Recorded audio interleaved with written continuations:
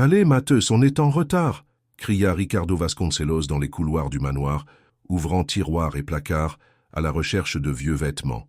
Le son résonna sur les murs luxueux, contrastant avec sa hâte.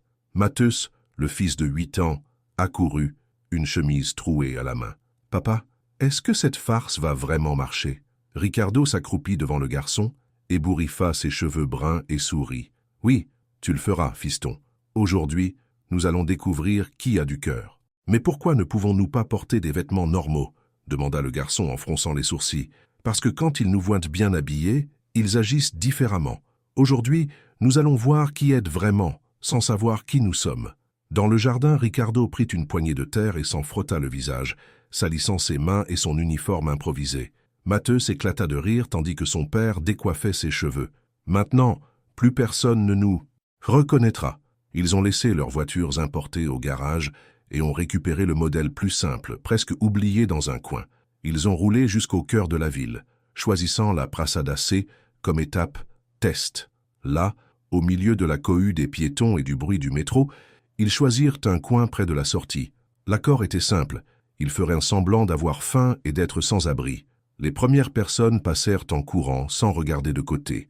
Une femme en talons détourna le regard, faisant semblant de ne rien voir. Un homme en costume lança une pièce sans même ralentir le pas. Le temps passa lentement. 1 heure passa et Mathieu commença à se sentir découragé. « Papa, les gens sont-ils vraiment méchants ?» Ricardo prit une grande inspiration. « Non, fiston. C'est juste que tout le monde est pressé, mais on va trouver quelqu'un de spécial. » 1 heure s'écoula. Plusieurs personnes lancèrent des pièces comme pour éloigner un ennemi. D'autres faisaient simplement semblant de ne pas voir le père et le fils assis sur le sol froid. À chaque minute qui passait, l'expression de Mateus devenait plus déprimée, jusqu'à ce qu'une jeune femme s'arrête devant eux. Elle avait une 20aine d'années, portait un uniforme bleu de femme de ménage et des baskets usées. Son visage était fatigué, ridé par le travail, mais son regard exprimait une rare gentillesse. « Vous avez faim ?» demanda-t-il en se penchant sans craindre de salir son pantalon sur le sol. Ricardo et le garçon se regardèrent, surpris. Il était le premier à s'arrêter pour discuter. « Attends ici 1 minute. » La jeune femme ouvrit un sac à main usé, compta les pièces et déplia des billets froissés. 14,25 $. C'est tout ce que j'ai pour les 2 prochains jours. Elle tendit l'argent à Mateus en le regardant affectueusement. Les enfants ne peuvent pas avoir faim. Le garçon murmura à l'oreille de son père. Elle est comme sa mère, au paradis. Ricardo sentit son cœur se serrer. Cette femme venait de tout donner à 2 inconnus. « Merci, mademoiselle. Comment vous appelez-vous » demanda Ricardo, essayant de cacher son émotion. « Clara Santos. Et toi ?»« Je suis Roberto, et voici Mateus. » Clara sourit au garçon. « Salut, Mathieu, quel âge as-tu » « 8, tante Clara. »« Quel garçon poli » la félicita-t-elle en ajustant son sac. « Il y a une boulangerie au coin de la rue. Offre un encas à Mateus. »« Et tu ne vas pas déjeuner » demanda Ricardo. Clara haussa les épaules. « Je vais me débrouiller. L'important c'est que l'enfant n'ait pas faim. Je dois retourner au travail, sinon mon patron va me tuer. Mais quand je finirai à 6 heures, je reviendrai voir si tu as besoin d'autre chose. » Ricardo était stupéfait. Non seulement elle lui avait donné tout l'argent, mais elle avait promis de le lui rendre. « Merci beaucoup, donna Clara. Vous êtes un ange. Imaginez, j'ai fait ce que tout le monde aurait fait. On s'entraide, non ?» répondit-elle avant d'entrer dans l'immeuble de bureau voisin en agitant légèrement la main. Ricardo entraîna son fils. « Viens, Mateus, on doit se changer vite fait. » Dans la voiture, en quelques minutes, ils se changèrent, se lavèrent le visage et reprirent leur vie normale. De retour dans le monde des millionnaires, ils décidèrent quelque chose d'inattendu, entrer dans l'immeuble où travaillait Clara. Ils voulaient savoir qui était cette femme quand elle n'aidait pas les mendiants. À la réception, ils se renseignèrent sur l'entreprise de nettoyage. On leur répondit que l'équipe était au 3e étage. Ils montèrent à l'étage. Là, ils trouvèrent Clara en train de discuter avec un agent de sécurité imposant et renfrogné. « S'il vous plaît, monsieur Marcos, ne les jetez pas dehors. C'était un père et son fils, les pauvres. Le garçon est si petit. Tu sais que c'est l'ordre de la direction, Clara. Les mendiants font fuir les clients.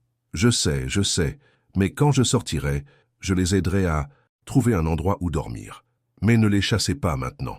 Si quelqu'un se plaint, j'en assumerai la responsabilité. » Cachés derrière une colonne, Ricardo et Mateus entendirent chaque mot.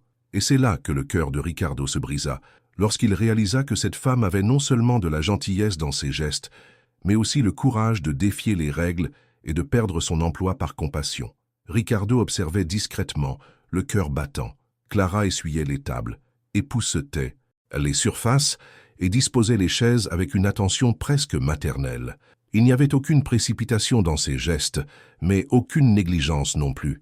Elle traitait chaque détail comme s'il faisait partie d'un ensemble plus vaste. Mattheus donna un coup de coude à son père. « Papa, tu pleures ?» Ricardo passa rapidement la main sur son visage, essayant de le cacher. « Non, c'est juste de la poussière. On ne sent pas la poussière, papa. Ça sent la poussière quand on pense à maman. » Les paroles du garçon firent écho. Ricardo se souvint de sa dernière nuit avec sa femme, Elena. Elle était pâle dans son lit d'hôpital, lui tenant la main avec une force qu'elle n'avait plus. « Promets-moi une chose, Ricardo. Promets-moi de trouver une vraie mère pour Mattheus. Pas quelqu'un qui veut notre argent.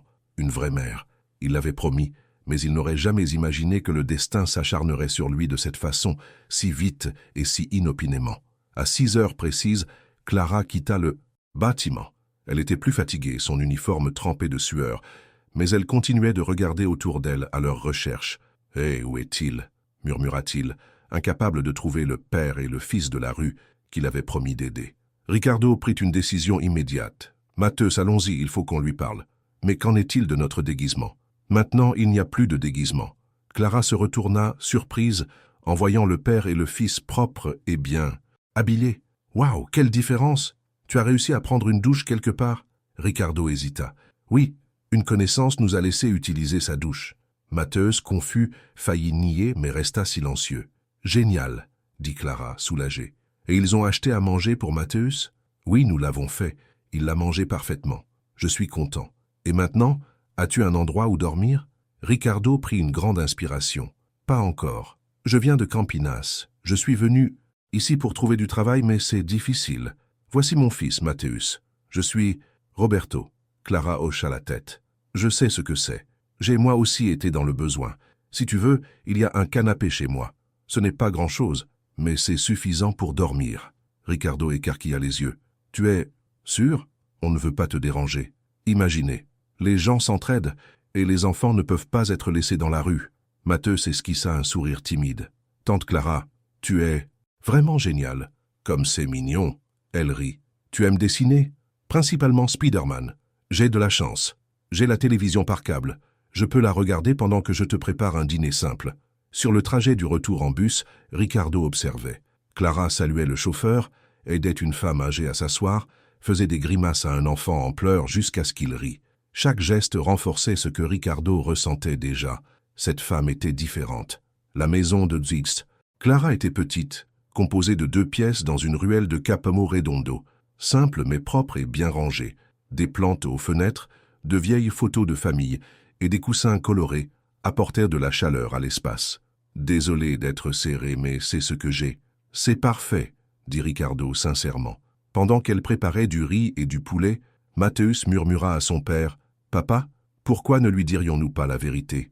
Elle est gentille. » Ricardo déglutit, difficilement. « Ce n'est pas encore le moment, mon fils, on te le dira, mais au moment opportun. » Au cours du dîner, Clara a partagé des bribes de son histoire. Orpheline très jeune, elle avait grandi avec une tante qui la faisait travailler sans être payée. Elle connaissait trop bien la souffrance d'avoir faim et de dormir dans un refuge. C'est pourquoi, quand je vois quelqu'un dans le besoin, je ne peux pas le laisser passer. Ses yeux se remplirent de larmes, mais elle sourit rapidement. Tout le monde mérite une chance. Mattheus la regarda avec une lueur dans les yeux. Je peux t'appeler maman Clara? La cuillère est tombée de la main de Ricardo. Clara rougit. Pas besoin, mon amour. Mais si tu veux, tu peux. Le cœur de Ricardo se serra à nouveau. Peut-être y trouvait-il la réponse à la promesse faite sur le lit de mort d'Elena. 3 mois s'étaient écoulés depuis leur première rencontre.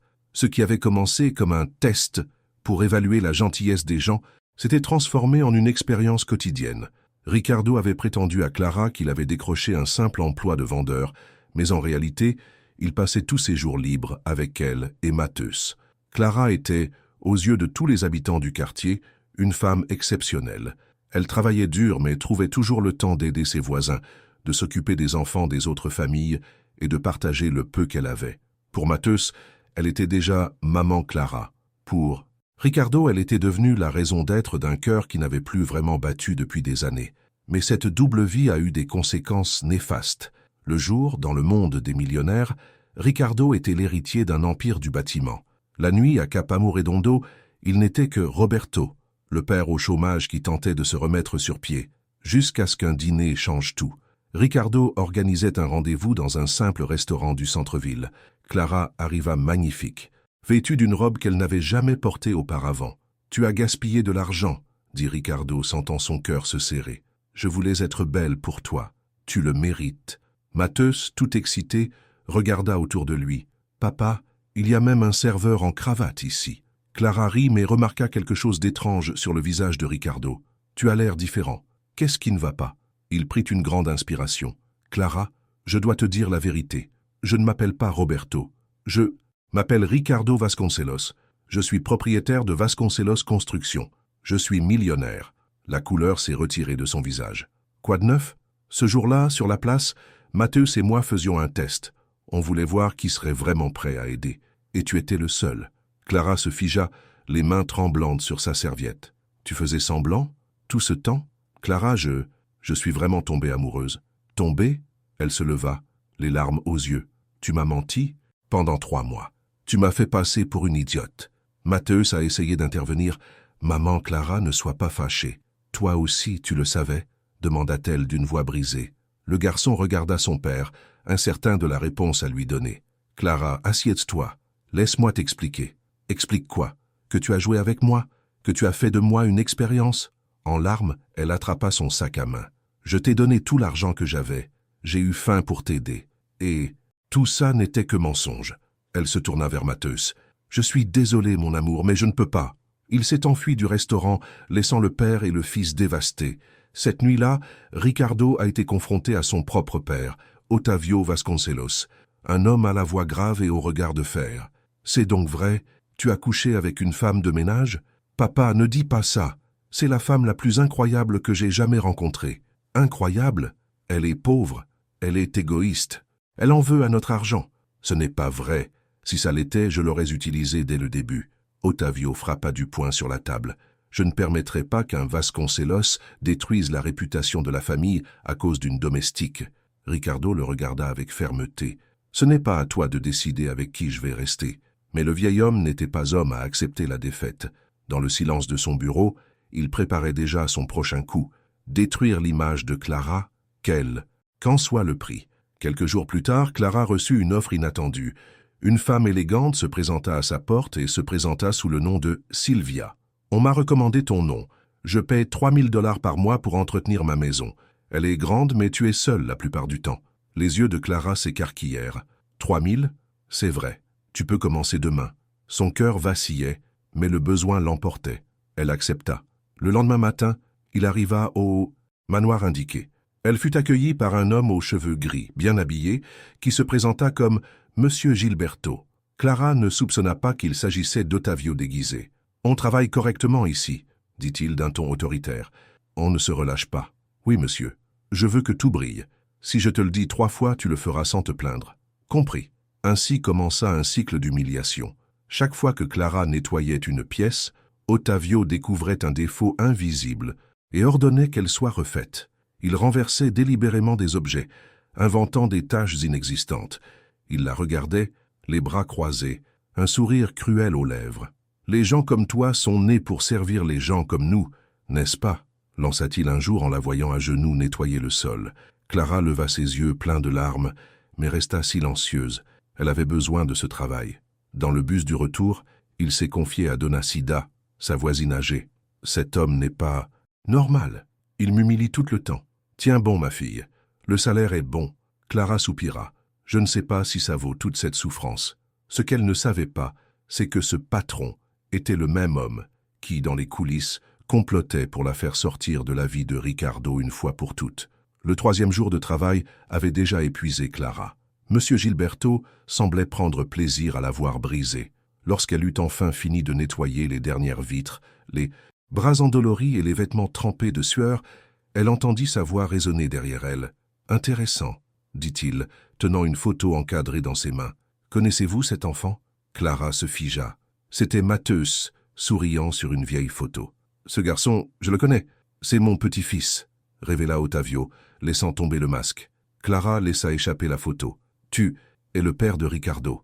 Ravi de vous rencontrer officiellement. » Son sang se glaça. « Alors tout ça, cette offre d'emploi, tu pensais que c'était une coïncidence ?» sourit-il d'un air venimeux. « Je voulais que tu connaisses ta place dans le monde. » Clara respirait bruyamment. « Je ne suis pas une chercheuse d'or. Je n'ai jamais rien demandé. Bien sûr que non. Tu as accepté de travailler ici pour seulement 3000 $. Une fortune pour quelqu'un comme toi. » Avant qu'elle puisse répondre, la porte d'entrée s'ouvrit. « Papa, il faut qu'on parle de Clara, » dit Ricardo en se précipitant. Ses yeux s'écarquillèrent en voyant Clara le seau et le chiffon à la main. « Qu'est-ce que tu fais ici ? »« Au travail. »« Où serait une femme de ménage ?» répondit-il, la voix lourde de douleur. « Mon fils, voici Clara, » dit Ottavio d'un ton théâtral, une employée dévouée. « Papa, tu savais que c'était elle ? » ?»« Bien sûr. C'est exactement pour ça que je l'ai embauchée. » Clara laissa tomber le seau avec force. « Si vous voulez bien m'excuser, je dois finir mon travail. »« Clara, attends !» Ricardo essaya de la retenir. « On n'a rien à se dire, patron. » Le mot sortit comme un poison. « Vous avez déjà tout dit hier au restaurant. » Elle se détourna en ravalant ses larmes. Cette nuit-là, Ottavio tendit le piège final. Il fit appel à Clara pour un week-end de nettoyage spécial. « Je paierai 5000 pour 2 jours. Une grande maison, une fête lundi. Il faut que ce soit impeccable. » Clara hésita. 5000 $, c'était un prix irrésistible. Elle pensa au loyer, impayé, au réfrigérateur presque vide. Elle accepta. Le samedi, elle arriva au manoir. La maison était silencieuse. Celui qu'on appelait Monsieur Gilberto la salua, ne dissimulant plus son mépris. « Je veux que tout soit parfait. Salle à manger, salon, chaque détail brille. » Au milieu de l'après-midi, Ottavio a laissé une montre en or très chère sur la table. « Je vais chercher des trucs. Continue à travailler. » Il partit, laissant la pièce là, brillante.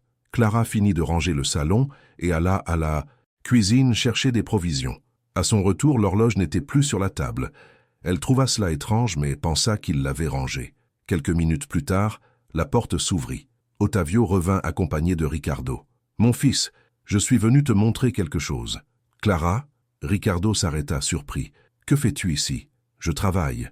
J'ai été embauché pour un nettoyage spécial. » Ottavio fit mine d'être inquiet. « Clara, où est la montre que j'ai laissée sur cette table ?»« Quelle montre ?»« Une montre en or, de grande valeur.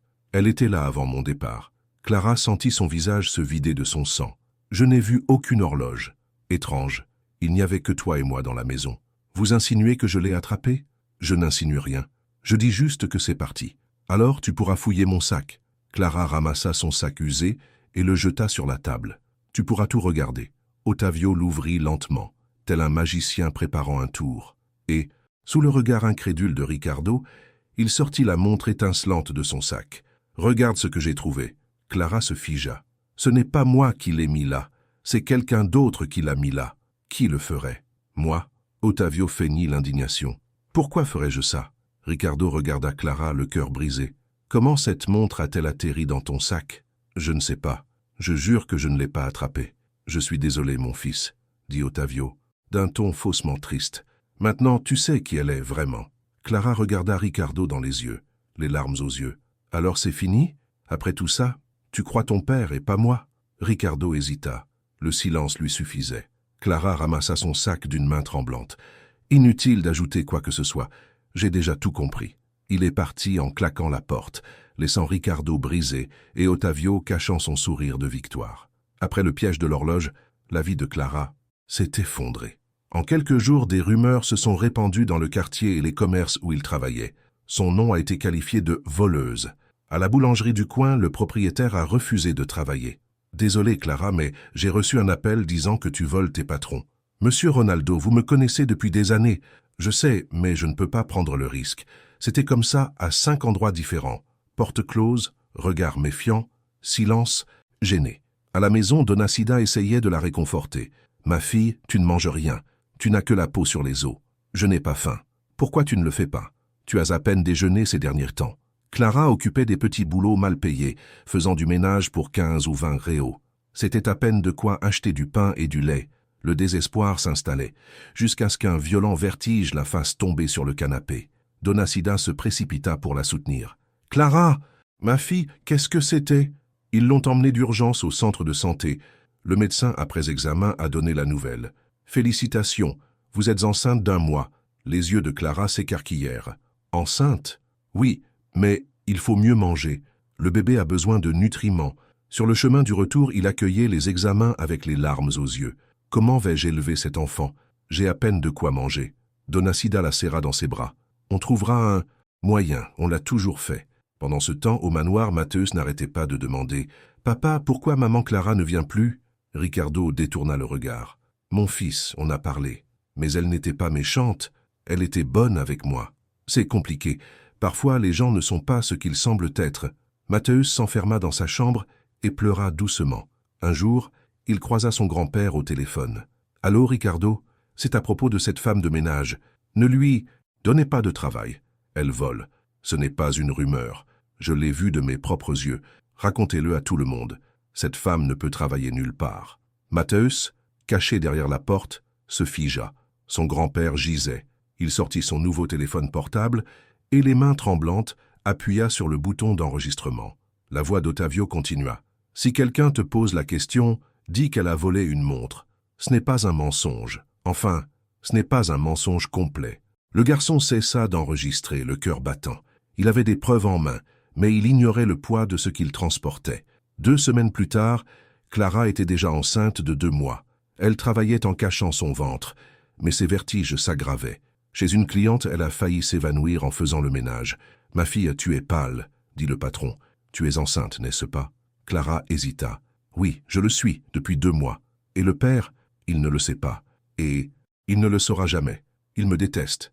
Il croira que j'ai inventé ça pour gagner de l'argent. » Le patron soupira et prépara une assiette. « Tu mangeras ici tous les jours où tu travailleras pour moi. Je n'accepterai aucune excuse. » Clara retint ses larmes. « Merci. » Au manoir, Matthäus entendit davantage de conversations de son grand-père. « Jonas, » dit gravement Ottavio, « tu dois arrêter de penser à cette femme. Elle fait courir le bruit que tu lui as promis de l'épouser et utilise ton nom pour obtenir des prêts. »« Ce n'est pas possible !» rétorqua Ricardo. Ottavio jeta de faux papiers sur la table. « Voici ses signatures. Elle a falsifié son nom. » Matthäus enregistrait tout en secret. Les preuves s'accumulaient sur son téléphone portable. Il savait que personne ne croirait un enfant, mais il savait au fond de lui qu'un jour, ces enregistrements changeraient tout. Le destin, cependant, courrait plus vite. Matthäus se mit à tousser sans arrêt. Sa fièvre monta et sa respiration devint courte. Ricardo le transporta d'urgence à l'hôpital. « Docteur, mon fils n'arrête pas de tousser. » Le médecin l'a examiné. « C'est une pneumonie. Vous devrez être hospitalisé. » Ricardo sentit le sol disparaître. Près du lit, il vit son fils en plein délire. « Maman Clara, je veux maman Clara !» Ricardo déglutit difficilement, les larmes aux yeux. Le médecin fut direct. « Monsieur Ricardo, parfois les enfants réagissent mieux lorsqu'ils sont près de la personne qu'ils appellent. Si ce garçon n'appelle que Clara, peut-être serait-il judicieux de l'amener. » Ricardo quitta l'hôpital déterminé. Ni l'orgueil, ni les mensonges, ni le ressentiment n'avaient plus d'importance. Seul comptait sauver son fils. Ricardo conduisait comme un fou dans les rues de São Paulo. Chaque feu rouge lui semblait une éternité. Le médecin avait été clair. Matthäus était en danger. Et si la seule chose qui pouvait le ramener était Clara, alors plus rien d'autre n'avait d'importance. Elle frappa à la porte de Zintizet. Donacida haletante. « J'ai besoin de parler à Clara, c'est urgent. »« Elle n'est pas là, » répondit le voisin, effrayé par sa détresse. « Elle est allée travailler chez Donna Margarida à Jardin. » Ricardo courut vers la voiture. Il arriva en sueur, le cœur battant. Lorsque Clara apparut à la porte, serpillière à la main, elle se figea à sa vue. « Que fais-tu ici ?» demanda-t-elle froidement. « Clara, je sais que tu me détestes, mais Matthäus est à l'hôpital. Une grave pneumonie. Il t'appelle. Tout le temps. Le médecin a dit qu'il pourrait ne pas s'en sortir. Son visage perdit toute couleur.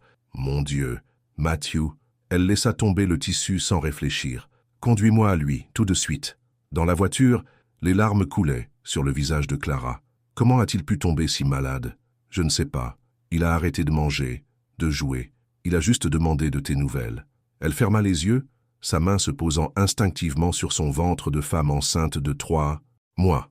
Je ne peux pas perdre ce garçon. À l'hôpital, Clara se précipita dans la chambre. Ce spectacle lui brisa le cœur. Matthäus était pâle, allongé, sous assistance respiratoire. « Mon amour !» Elle courut vers lui et prit sa petite main chaude. « C'est maman Clara, je suis là. » Les yeux du garçon s'ouvrirent lentement. « Maman Clara, tu es de retour ?»« Oui, je suis de retour, mon prince, et je ne partirai pas tant que tu n'iras pas mieux. Je pensais que tu ne m'aimais plus, murmura-t-il. Comment peux-tu penser ça? Je t'aime plus que tout. Un léger sourire apparut sur le visage de Matheus. Alors chante cette chanson que j'aime.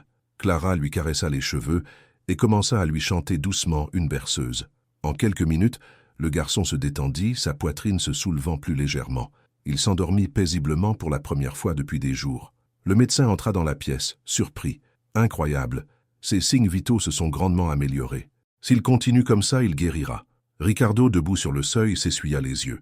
En 5 minutes, Clara avait accompli ce qu'aucun médicament n'aurait pu accomplir. Le lendemain, Matheus mangeait déjà mieux et risquait même quelques rires. « Maman Clara, pourquoi vous êtes-vous disputée avec papa ?» demanda-t-il innocemment. Clara échangea un regard avec Ricardo. « C'est compliqué, fiston. Mais vous vous aimez, n'est-ce pas ?»« Je vois. » Le garçon sourit. « Alors, mariez-vous bientôt. » Clara rougit, Ricardo aussi. « Mon fils, ce n'est pas si simple. Oui, c'est vrai. S'ils s'aiment, ils restent ensemble. C'est tout. » Le garçon s'installa dans son lit, l'air secret. « Papa, je peux te dire quelque chose ?»« Bien sûr, mon fils. Je sais que grand-père a menti à propos de maman Clara. » Ricardo se figea. « Quoi?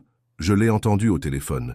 Il a dit qu'il avait dit à tout le monde qu'elle était une voleuse, qu'il avait mis la montre dans son sac à main. Il a dit « Ce n'est pas un mensonge. Enfin, ce n'est pas complètement un mensonge. » Clara porta sa main à sa bouche. « Matheus, es-tu sûr de ce que tu as entendu ?» demanda Ricardo, la voix brisée. « Je l'ai fait, et je l'ai enregistré. » Le garçon a sorti son téléphone portable de sa poche. « Tu veux écouter ?» Ricardo prit l'appareil d'une main tremblante. En entendant l'enregistrement, son monde s'écroula. Il reconnut la voix de son père, chaque mot venimeux. « Mon Dieu !» murmura-t-il. « Clara, il t'a piégée. » Elle ferma les yeux, les larmes tombant silencieusement. « Je savais que je n'avais rien volé. Ça m'a juste fait mal que tu ne me crois pas. » Ricardo lui serra la main. « Pardonne-moi, j'ai été un idiot. » Clara le fixa, les yeux rouges. « Je t'aime aussi, Ricardo. Je n'ai jamais cessé de t'aimer. » Matheus frappa dans ses mains avec enthousiasme. « Et voilà, vous vous aimez. Je vais avoir un père, une mère et un petit frère. » Les yeux de Ricardo s'écarquillèrent. « Petit frère ?» Clara prit une grande inspiration. « Oui, je suis enceinte, de 3 mois. C'est ton enfant. » La pièce resta silencieuse quelques secondes. Puis Ricardo sourit, ému. « Mon Dieu, Clara !» Il la serra fort dans ses bras. « Merci pour ce cadeau. » Matheus sauta sur le lit. « Je le savais. Je vais être grand frère. » Dehors, Ottavio apprit que l'état de Matheus s'était amélioré. Un médecin commenta, curieux. Dès l'arrivée de sa mère, le garçon a réagi. Le vieil homme serra les poings. « Ça ne va pas continuer comme ça. » Mais ce qu'il ignorait, c'est qu'à partir de ce moment-là, la situation s'était inversée et que les enregistrements de Matheus marqueraient le début de l'échec de son plan.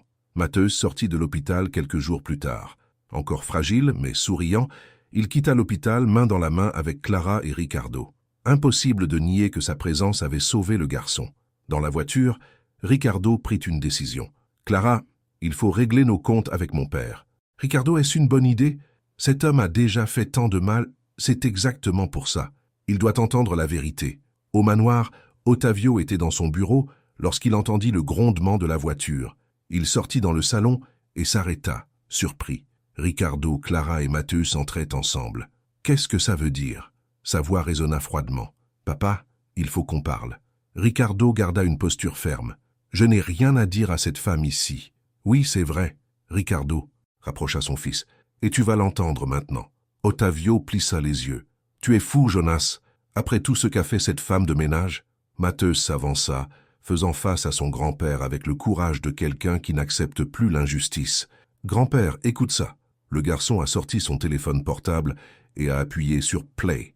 La salle était remplie de la voix d'Ottavio, enregistrée à son insu. « Faites passer le message qu'elle vole. Ce n'est pas un mensonge. Enfin, ce n'est pas un mensonge complet. Cette femme ne trouve de travail nulle part. Le sang s'est retiré du visage du patriarche. « Où as-tu trouvé ça ?» demanda-t-il en balbutiant. « Je t'ai enregistré », répondit Matheus fermement. « Tu as menti à propos de maman Clara. » Ricardo s'avança, la voix pleine de fureur. « Papa, explique-moi. C'est toi qui as mis cette montre dans son sac, n'est-ce pas ?» Ottavio essaya de se ressaisir. « Je l'ai fait pour ton bien. »« Pour moi ?» hurla Ricardo. « Tu as détruis la vie d'une femme innocente. Tu as fait souffrir mon fils. » Clara, les yeux pleins de larmes, prit une profonde inspiration. « Vous m'avez humilié, persécuté et affamé.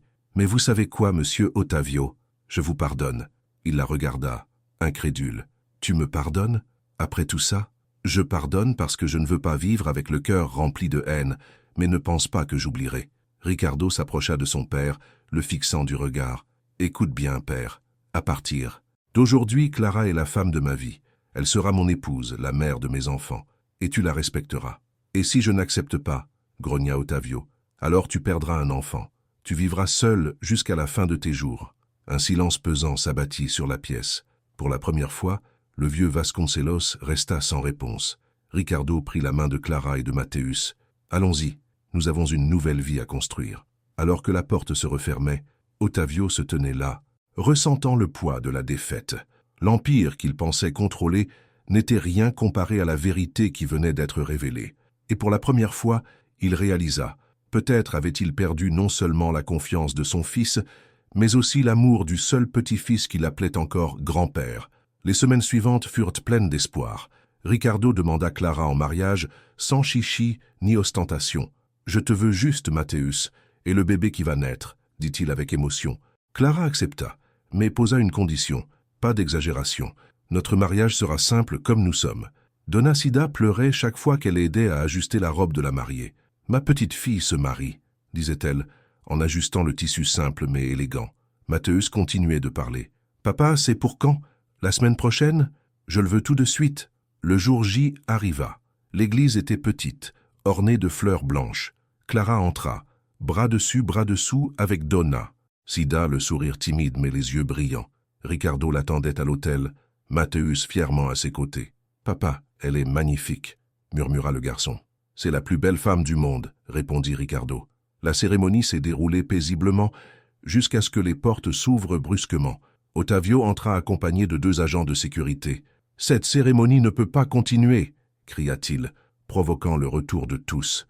Un murmure parcourut l'église. Clara pâlit, les mains tremblantes. « Père, sortez d'ici !» ordonna Ricardo. « Je ne pars pas.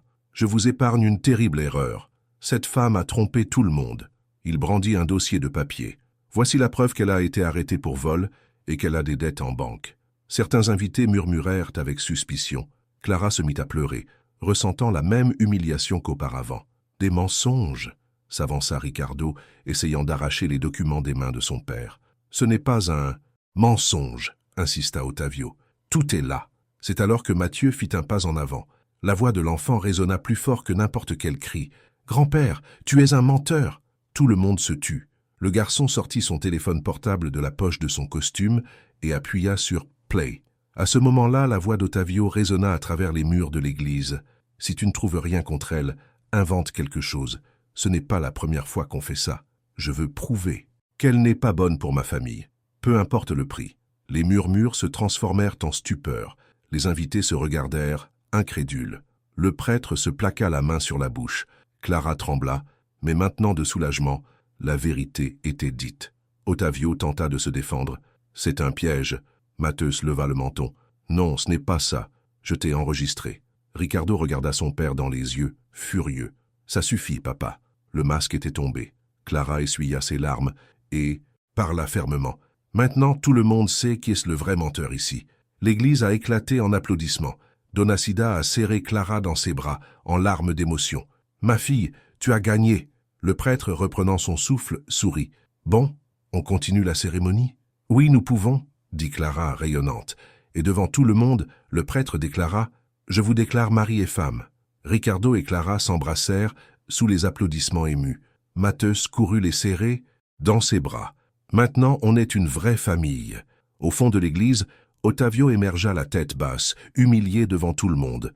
Pour la première fois de sa vie, il n'avait plus aucun pouvoir ni contrôle. Et à ce moment-là, Clara réalisa « La vérité trouve toujours un moyen d'apparaître. » 3 semaines après le mariage, alors que la poussière semblait retomber, une voiture noire s'arrêta devant le manoir. Une élégante femme d'une 40aine d'années en descendit, l'air sérieux mais accueillant. « Monsieur Ricardo Vasconcelos ?»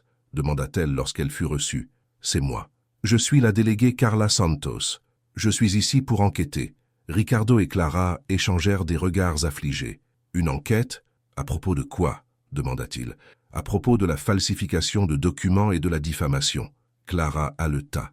Mon Dieu, nous avons reçu une plainte accompagnée d'enregistrements compromettants. Ricardo fronça les sourcils. Qui a porté plainte? Le chef de... La police esquissa un léger sourire. Un avocat, le docteur Mendes. Il a dit avoir reçu le témoignage d'un enfant nommé Mathéus. Le couple s'est immédiatement tourné vers le garçon, qui est apparu timidement dans l'embrasure de la porte de la pièce. « Papa, j'ai montré les enregistrements au père de mon ami d'école. Il est avocat. Il a dit qu'il nous aiderait. » Clara s'agenouilla et le serra fort dans ses bras. « Mon ange, tu as sauvé notre famille. » Le délégué a poursuivi. « Monsieur Otavio Vasconcelos fait l'objet d'une enquête pour falsification de documents, calomnie et diffamation. Ces délits sont passibles d'une peine de prison de 2 à 6 ans. » Ricardo se passa la main sur le visage. « Mon père, arrêté ?» Clara prit une grande inspiration. « Je ne veux pas de ça. » Le chef de la police haussa un sourcil. « Tu ne veux pas? » « Non. Ce qu'il a fait était cruel, mais je ne veux pas que Mathéus grandisse en voyant son grand-père derrière les barreaux. Je veux qu'il apprenne du poids de la honte, pas de la prison. » Ricardo acquiesça. « Moi aussi, je préfère un accord. » Le délégué a expliqué. « Dans ce cas, c'est possible. S'il reconnaît publiquement ses crimes et verse des dommages et intérêts, vous pourrez abandonner l'affaire. » 3 mois plus tard, le titre apparaissait dans les principaux journaux. « Moi, Otavio Vasconcelos, je présente mes excuses publiques à Clara Pereira pour toutes les fausses accusations portées contre elle.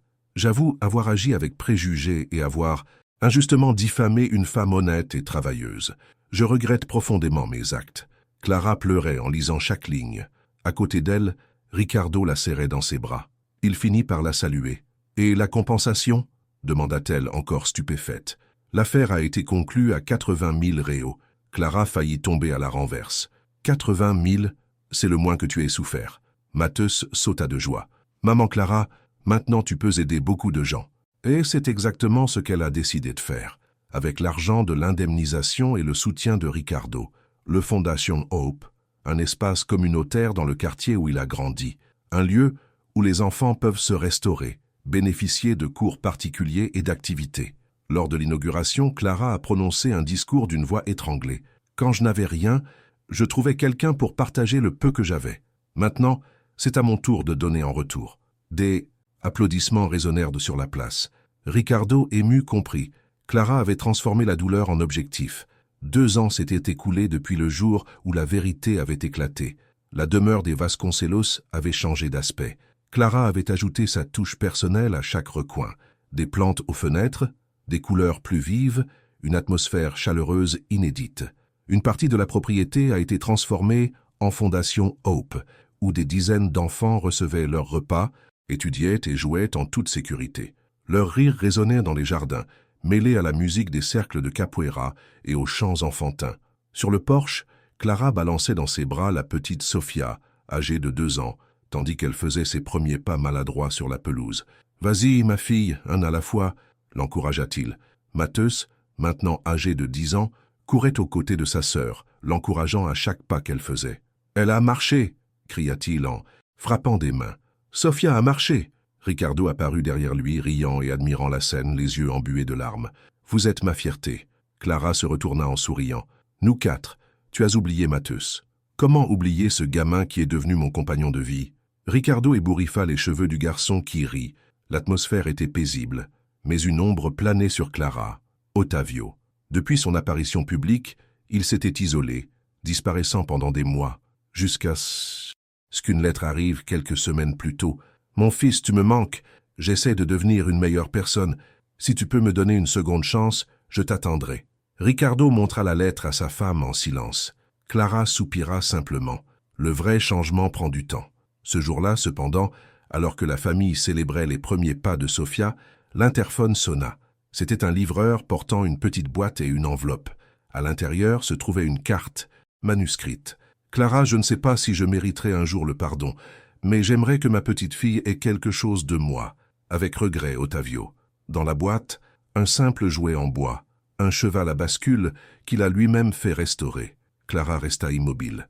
Mathéus s'approcha, curieux. « C'est ta grand-père ?»« Oui, c'est vrai, mon fils. »« Alors il essaie de changer, n'est-ce pas ?» Ricardo les serra tous les deux dans ses bras. Peut-être, mais quel que soit son chemin, nous marcherons ensemble, parce que maintenant nous sommes une vraie famille. Dans ce coucher de soleil doré, avec Sofia riant sur son cheval, Mathéus courant sur la pelouse et Clara souriant dans les bras de Ricardo, il semblait clair, l'histoire qui avait commencé comme un test de gentillesse s'était transformée en quelque chose de bien plus grand. C'était un nouveau départ pour eux tous. Le temps passa, la routine du manoir se transforma en foyer et la fondation communautaire devint la nouvelle norme. Clara se promenait dans le jardin regardant les enfants jouer, tandis que Sofia courait après Mathéus, qui la protégeait comme un petit gardien. Ricardo s'approcha et lui prit la main. Qui l'eût cru, hein? Tout a commencé par un déguisement, et s'est terminé par notre découverte du vrai sens de la vie. Clara sourit, les yeux embués de larmes. Le meilleur test que tu aies jamais fait, ce n'était pas avec de vieux vêtements sur la place. C'était de découvrir mon cœur. Et j'ai découvert que l'amour n'a pas de prix ni d'apparence, ajouta Ricardo.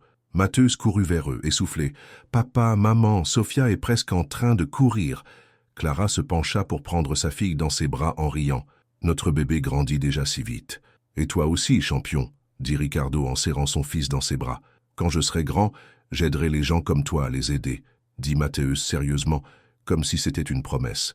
Clara l'embrassa sur le front. « C'est le plus beau cadeau que tu puisses nous faire. » Alors que le soleil se couchait derrière les immeubles de São Paulo, la famille Vasconcelos s'embrassait, unie comme jamais auparavant. Dehors, le monde était encore imprégné de mal, de mensonges et d'injustice. Mais là, sur ce lopin de terre, régnait l'espoir, l'amour et la vérité. Et toi, si vous étiez à la place de Clara, auriez-vous pardonné à quelqu'un comme Ottavio? Et si vous étiez Ricardo, auriez-vous le courage d'affronter votre propre père pour l'amour de votre vie? Dites-le moi dans les commentaires, parce qu'au final, la vraie question est, qui seriez-vous dans cette histoire?